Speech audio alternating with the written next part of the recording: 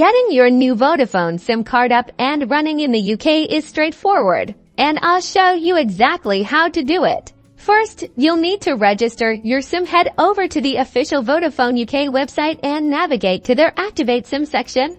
You'll be asked to input the 19-digit SIM serial number, often called the ICCID, which is printed on your SIM card or the card holder it came with. You'll also need to provide some personal details like your name, address, and an email for verification. Once you've filled everything out, hit submit. The online system will then process your registration. Activation typically happens within a few hours, but it can sometimes take up to 24 hours. You'll receive a confirmation email or SMS once your SIM is live. If you don't see service after 24 hours, try restarting your phone.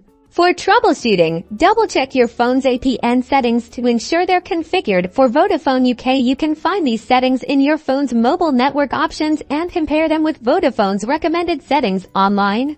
If problems persist, don't hesitate to contact Vodafone UK customer support. They can quickly help diagnose and resolve any activation issues. And that's it. With these steps, you'll have your Vodafone SIM activated and be seamlessly connected in the UK in no time.